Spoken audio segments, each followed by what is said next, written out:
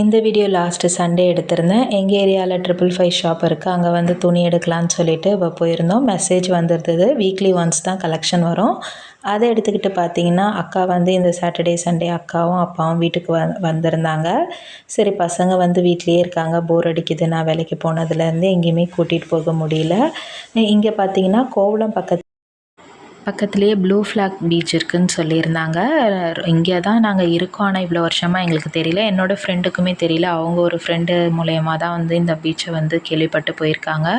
ரொம்ப நீட்டாக இருக்குது, போயிட்டு வாங்க, நல்லா இருக்குதுன்னு சொல்லியிருந்தாங்க. போகிற வழியே வந்து சின்ன வழியாக தான் இருக்குது. ஆனால் உள்ளே போய் பார்த்திங்கன்னா வந்து பீச்சோட அந்த கார் பார்க்கிங் பார்த்திங்கன்னா எப்படியுமே ஒரு 50-60 கார் நிறுத்தலாம். அவ்வளோ பெரிய கார் பார்க்கிங், ரொம்பவே நல்லா இருந்தது. கார் பார்க்கிங், பைக் பார்க்கிங்லாம் ரொம்ப நீட்டாக மெயின்டைன் பண்ணியிருந்தாங்க. உள்ளே என்ட்ரன்ஸ்க்கு வந்து போகிறதுக்கு டிராஃபிக் இல்லாமல் போயிட்டோம். ஆனால் ரிட்டன் வரும்போது கொஞ்சம் டிராஃபிக்காக தான் இருந்தது. நம்ம டைமிங் பார்த்து கரெக்டாக கிளம்புனோன்னா நல்ல டைமிங்கில் போயிட்டு ஜாலியாக என்ஜாய் பண்ணிவிட்டு வரலாம். அக்கா கார் பார்க் பண்ணிவிட்டு வரதுக்குள்ளே நாங்கள் பசங்களாம் மட்டும் இறங்கி நடந்து போயிட்டுருந்தோம். உள்ளே வெளியில் இருந்து பார்க்கும்போது ப்ரைவேட் பீச்சாக இருக்கும்னு நினச்சிட்டு போயிருந்தோம். லாஸ்ட்டில் பார்த்திங்களா, இது தமிழ்நாடு டூரிசமில் இருக்குது. தமிழ்நாடு கவர்மெண்ட்டு தான் இதை வந்து மெயின்டைன் பண்ணுறாங்க. ரொம்ப அழகாக மெயின்டைன் பண்ணியிருக்காங்க. பீஸ்ஃபுல்லாக இருக்குது. வந்து சின்ன பசங்க எல்லாருக்குமே வந்து ரொம்ப ஜாலியாக இருக்கும். வீக்கெண்ட் செலிப்ரேஷனுக்கு ரொம்பவே நல்ல நீட்டான இடமா இது இருக்கும். சென்னைக்கு வந்து இவ்வளோ பக்கத்தில் வந்து இந்த பீச் நீட்டாக இருக்கிறது நிறைய பேருக்கு வந்து தெரிஞ்சிருக்க வாய்ப்பில்லை. வந்து பார்த்திங்கன்னா ரொம்பவே என்ஜாய் பண்ணலாம் இந்த பீச்சில். அக்கா பார்க் பண்ணும்போது வந்து பம்பரில் லைட்டாக இடிச்சிடுச்சு. ரொம்பவே மனசு கஷ்டமாகிடுச்சு. நம்ம வீட்டுக்கு வந்துட்டு அவங்க காரை வந்து டேமேஜ் ஆனது. ரொம்ப கேர்ஃபுல்லாக தான் போயிருந்தாங்க. எப்படியோ வந்து அந்த கல் இருக்கிறது தெரியவே இல்லை, அதில் இடிச்சிட்டாங்க.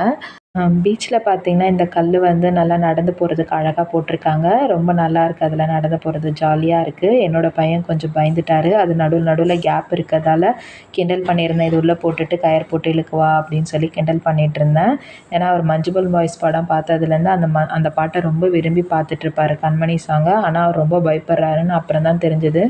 ஈவினிங்கில் வந்து ஃபோட்டோ ஷூட் எடுக்கிறதுக்கு வந்து இந்த இடம் வந்து ரொம்ப சூப்பராக இருக்குது. நல்லா ஃபோட்டோ எடுக்கிறவங்க வந்தால் நல்லா இந்த இடத்த யூட்டிலைஸ் பண்ணிக்கலாம். ஈவினிங் பார்த்திங்கன்னா அக்கா அந்தமான் தீவு மாதிரி இருக்குது, சூப்பராக இருக்குன்ட்டு சொல்லிகிட்டு இருந்தாங்க. ரொம்ப ஜாலியாக என்ஜாய் பண்ணாங்க எங்கள் பசங்க. நானும் தண்ணியில் போகல. ஆல்ரெடி பசங்களுக்கெல்லாம் கொஞ்சம் சளி இருக்கிறதால தண்ணிக்கிட்ட மட்டும் போகல. ஃபோட்டோஸ் மட்டும் எடுத்துகிட்டு அங்கே வந்து ப்ளே ஏரியாவும் இருந்துச்சு. சரி, ப்ளே ஏரியாவில் போய் விளையாட விட்டுறலான்னு சொல்லிவிட்டு அங்கே நடந்து போயிட்டுருந்தோம். ஃபுட் கோர்ட்டும் அரேஞ்ச் பண்ணியிருக்காங்க, நீட்டாக இருக்குது. அதே போல் வந்து பாத்ரூம் ஃபெசிலிட்டிஸும் இருக்குது, நீட்டாக இருக்குது. அதையும் நல்லா நீட்டாக மெயின்டைன் பண்ணியிருக்காங்க. இதில் ஒரு சில ஃபோட்டோஸ் மட்டும் நான் வந்து ஆட் பண்ணியிருக்கேன். ஃபோட்டோஸ் முடிச்சுட்டு நாங்கள் வந்து ப்ளே ஏரியாவுக்கு போகலான்னு சொல்லிட்டு பசங்க கேட்டுகிட்டே இருந்தாங்க.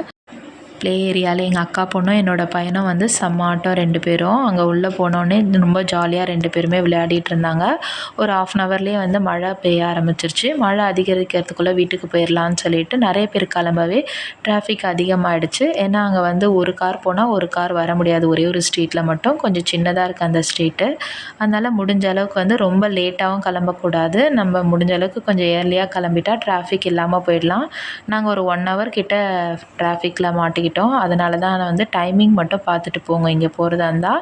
இதோட லொக்கேஷன் பார்த்திங்கன்னா கோவளம் பீச்சுக்கு கொஞ்சம் முன்னாடியே வந்து சிலைலாம் செய்கிறாங்க, அங்கே தான் இருக்குது. சாட்டர்டே ஈவினிங் தான் அக்கா வந்திருந்தாங்க. வந்த உடனே பீச்சுக்கு கிளம்பி வந்துட்டோம். நைட்டு வந்ததுக்கப்புறம் டிஃபனை சாப்பிட்டுட்டு படுத்துட்டோம். அப்பா நைட்டு வந்து பஸ்ஸில் தான் வந்திருந்தாங்க.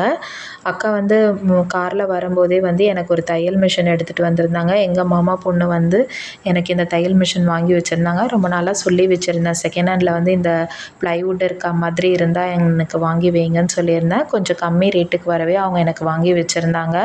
ரொம்ப நாளாக இருந்தது, அப்பாவால் ஆட்டோவில் எடுத்துகிட்டு வர முடியல. அக்கா வந்து இன்றைக்கி அவங்க காரில் வந்து தனித்தனியாக பிரித்து எடுத்துகிட்டு வந்துட்டாங்க. நான் சமையல் செய்கிறதுக்குள்ள மிஷின் அப்பாவும் அக்காவும் சேர்ந்து எனக்கு செட் பண்ணி கொடுத்துட்டாங்க. இந்த வீடியோ உங்களுக்கு பிடிச்சிருந்தா அம்மாடி சேனலை சப்ஸ்கிரைப் பண்ணிக்கோங்க. தேங்க்யூ.